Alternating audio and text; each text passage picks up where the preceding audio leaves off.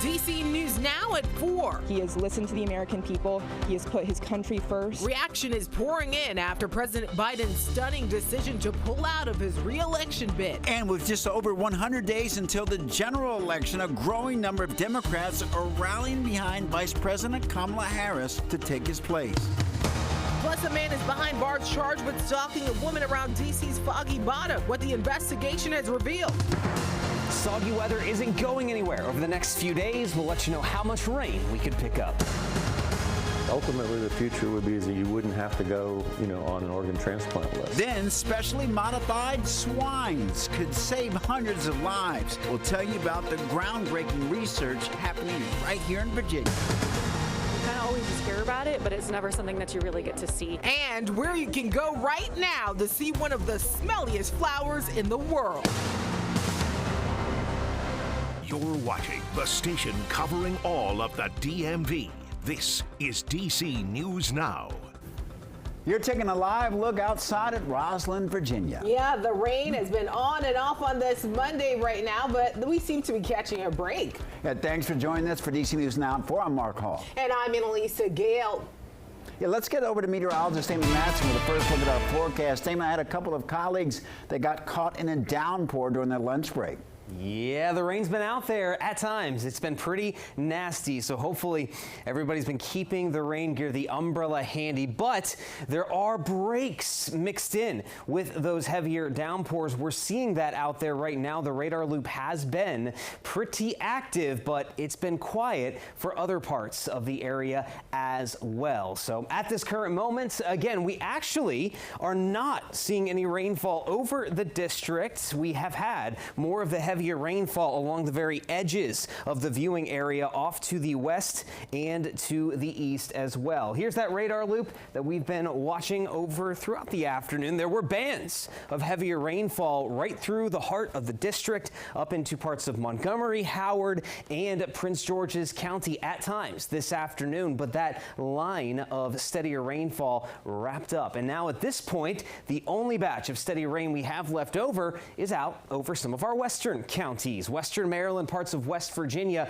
from Kaiser up to Cumberland. There has been a line of rainfall continuing throughout the last couple of hours. This is more of a helpful rainfall, especially out to the west, given the ongoing extreme drought. Now, if we see some of these rounds of heavier rainfall over some of the same locations, like we did earlier in the afternoon through Prince George's, Montgomery, Howard counties, we could pick up a lot of rain fast. Rainfall estimates showing over an inch, even closer to 2 in some localized areas just east and north of the district. And that may give us some problems if it continues. But overall, things are going well for the time being. How much longer should we expect this rainfall, this rainy pattern, to stick with us? We'll have your full forecast coming up here in just a bit. All right, David, thanks so much.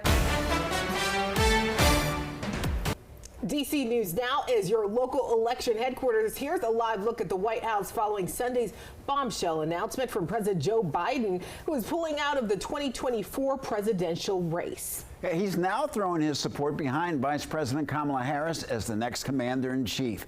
Harris is now speaking publicly for the very first time since announcing her presidential campaign. Yeah, the VP praising what she calls President Biden's unmatched legacy. She also compared the president to his late son, Beau, who Harris worked with when she was California's Attorney General. Qualities that Beau revered in his father are the same qualities that I have seen every day in our president. His honesty, his integrity, his commitment to his faith and his family, his big heart, and his love, deep love of our country. And I am firsthand witness that every day our President Joe Biden fights for the American people, and we are deeply, deeply grateful for his service to our nation.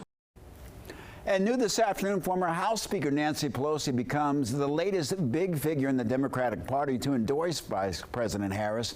Now, the endorsement is significant because Pelosi has played a key role in pressuring President Biden to rethink his decision behind the scenes.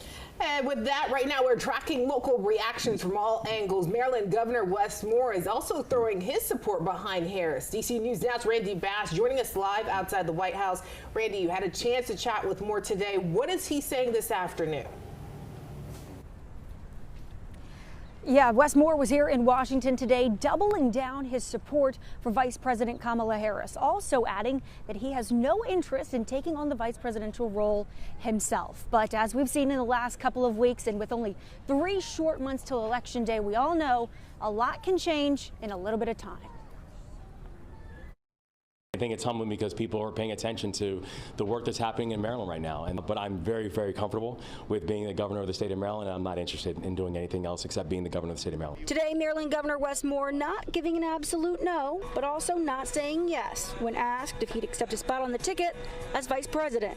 I just know that I do not plan on leaving. I have no intention of leaving. I love my job, and I want to stay as the governor of Maryland. His big focus beyond the boundaries of the state of Maryland is unity.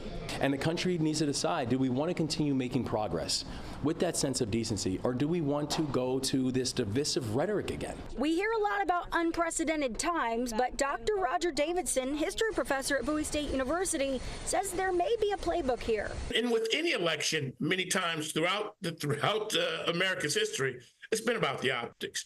You can have a competent and capable person, but if somehow they seem disabled or feeble or old or weak, they want a strong leader. And as for what we could see in the coming months, the party will unify, coalesce around her, and become excited about her candidacy. She just needs to be seen more. They need her out there talking about the issues, then maybe even debate former President Donald Trump. yes, and as for what comes next for Governor Wes Moore here, he says he's still going to be a very active campaigner for the vice president as she now seeks the spot of president of the United States. As for Kamala Harris, though, she is making her way to Wilmington, Delaware. She posted on X earlier today saying 1 day down, 105 more to go. We're your local election headquarters, tracking it all in real time. I'm live from the White House. I'm Randy Bass, DC News Now. All right, Randy, thanks so much. And Governor Moore and the Maryland Democratic delegation are not the only Democrats right now endorsing Kamala Harris as the presidential nominee. Yeah, that's right. Since that news broke on Sunday, a growing number of lawmakers say that they're backing the VP to jump on the ticket.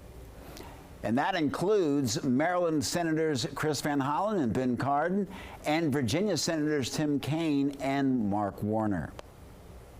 Now, D.C. Mayor Muriel Bowser is also throwing her support behind Harris, as well as Prince George's County Executive and U.S. Senate candidate Angela Alsobrooks. West Virginia Senator Joe Manchin says that he's not planning to run for president against Harris. Manchin, a longtime Democrat, switched to an independent back in May. But in the last day, there's been speculation that he would switch back to the Democratic Party and pursue the presidential nomination. Manchin is not seeking re-election in the Senate in November. And we have much more to cover regarding President Biden's presidential election announcement. We'll have a live report at 4:30 p.m. here on DC News Now. Be sure to follow us online at dcnewsnow.com.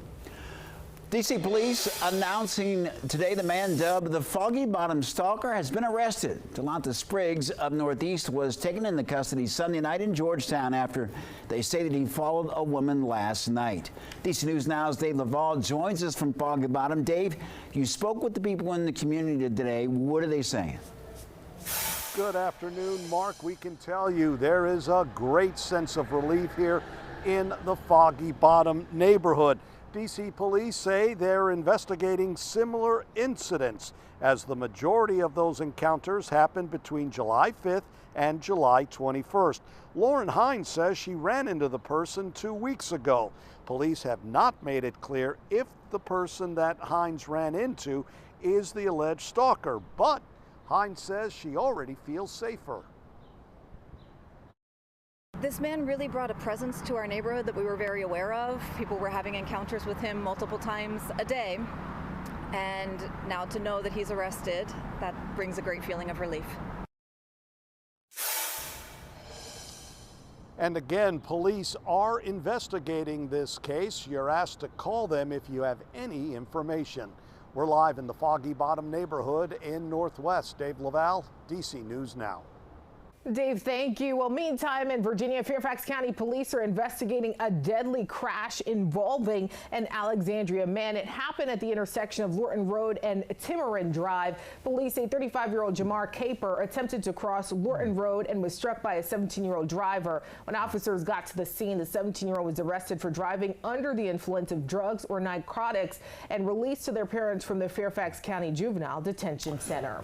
Well, in Maryland, 2 Frederick County brothers have been charged with arson at a playground in Adamstown. Frederick County Sheriff's Office says that the brothers, ages 15 and 14, set fire to tissues under the equipment at the Green Hill Park last month. Deputies say the brothers then took pictures and videos with their phones. The damage estimated around $230,000. They face malicious burning and destruction of property charges. And a heads up, if you live or work in the district right now, D.C. police have issued a traffic advisory ahead of Israeli Prime Minister Benjamin Netanyahu's visit this week. Netanyahu touches down, or arrives today rather, and is scheduled to address Congress on Wednesday. He's also expected to meet with President Biden and the vice president. Police say drivers should be aware of those street closures through Saturday. The Prime Minister's visit is also supposed to draw anti-war protests at the Capitol and on the National Mall.